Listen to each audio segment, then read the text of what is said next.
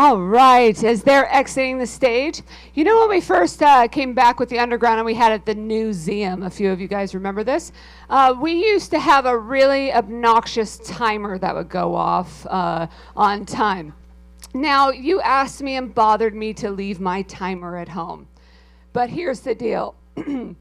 We have a lot on this agenda today, so I need all of us. We have tremendous speakers from tremendous areas with all this subject matter expertise. We need all of us to be as concise as possible so we can hear from everybody. And now, to continue that conversation, we've got Susan Mitchell. She's coming up here to moderate. No one better to crack the whip than Sue Mitchell, right? And she is joined with Leigh Brady, President and CEO of State Employees Credit Union, and Dwayne Naylor, President and CEO of Local Government Federal Credit Union and Civic Federal Credit Union, to talk about how to be prepared. Sue, take it away. All right. First of all, I don't know about cracking the whip, but that sounds like fun. So I respect these two so much, and today we're going to hear an incredible story about what it really takes to collaborate and the personal toll that can happen through that process. So I'm actually going to let them, go for it, and I'll ask a follow-up question. So we have about, 5-8 minutes here. So okay, go for it. I'm from the South. I don't know if I can talk fast. So I'll do my best. So a story between us, and I've known Dwayne a long time, but not as long as the creation of the credit union for him. Back in the early 80s, State Employees Credit Union, we had branches in numerous places, and we wanted local government folks to take part in that credit union, and thought that's a no-brainer. The bankers said no way, and so they were kicking them out. Well, we thought, heck no, they're not kicking them out. We'll form, and they will form, Local Government Federal Credit Union. That was formed in March 1983, and they have used our branches ever since. So we are the bricks and mortar. We are the boots on the ground. We've grown their credit union for them. We have loved their members, and that's over 40 years. But they are growing up, and their board decided they're getting out of their parents' basement. And they are 400,000 members strong and $4 billion in assets. They are a large credit union. It's time. And so we have spent the last year and a half to 2 years working on maybe what I would call deconversion. Legal hates it when I say that. So it's a separation of the credit unions. I think just finished data cut 4. Things are going really, really well. And let me tell you what makes me cuss is we have been doing this for well over 40 years. We also did all the back office processing for a Latino community credit union as well that was formed in 2000 because Latino immigrants were being robbed. Right? They have their own branches, 150,000 members, $1 billion in asset, 15 branches. But we did all that processing. They separated from us and went out on their own last September. That went really well. This one will be June. I think it'll go really well. But along with that, what makes me cuss is $70 million in income goes away for SECU, right? Yeah.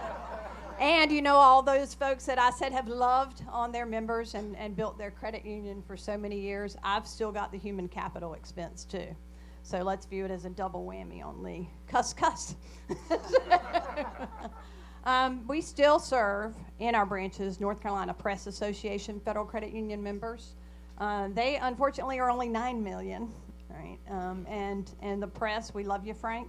But those newspapers haven't really held the test of time, I'm afraid there.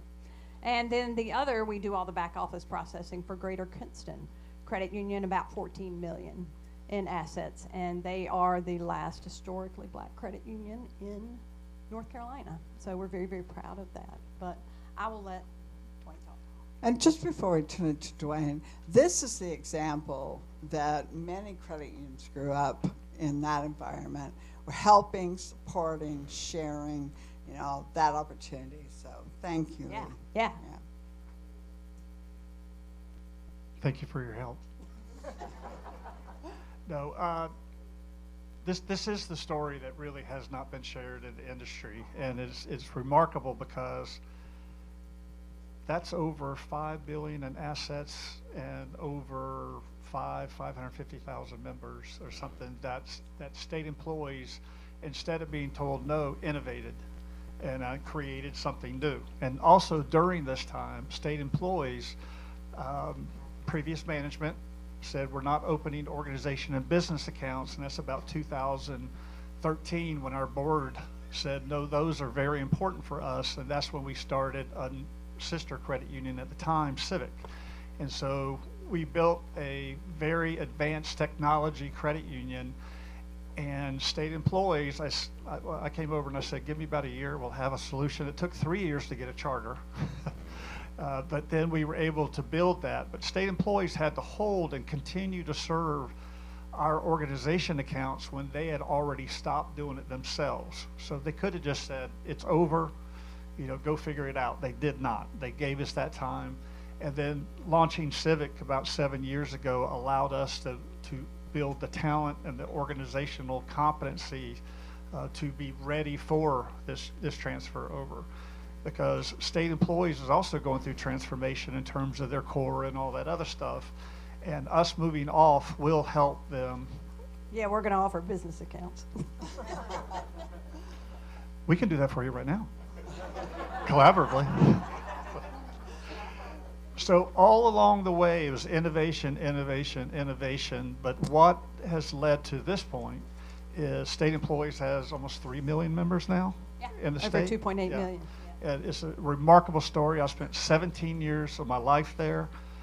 She was my counterpart in the audit a long time ago, and she wanted all my employees merit raised. You remember that? You want to give it to your work. people? Yep.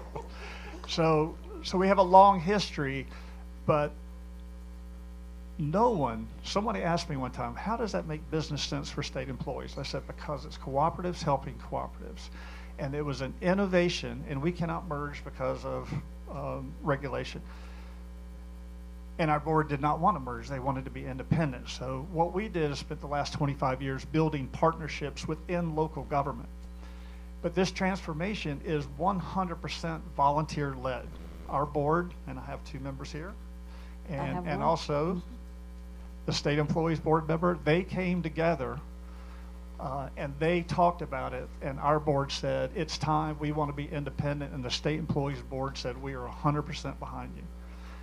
And the executive team, and a lot is here, hey Sarah, the executive team leaned in, and our executive teams worked together. I'm talking about hundreds and hundreds of people have been working on this for two years. And state employees is a little busy. They're going through their own transformation.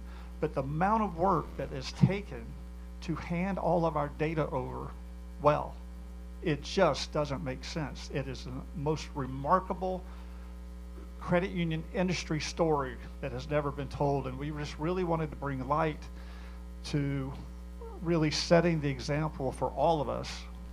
So.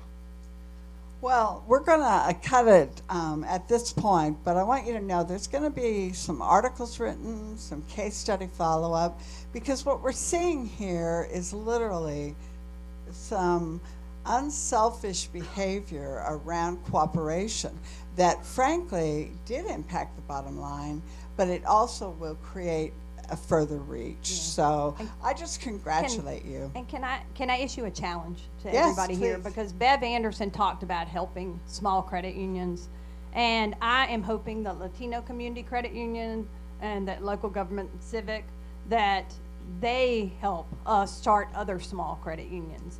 I anticipate we will do the same, but I think that you all need to do the same out there as well, because our industry needs to thrive. They do. Yes. So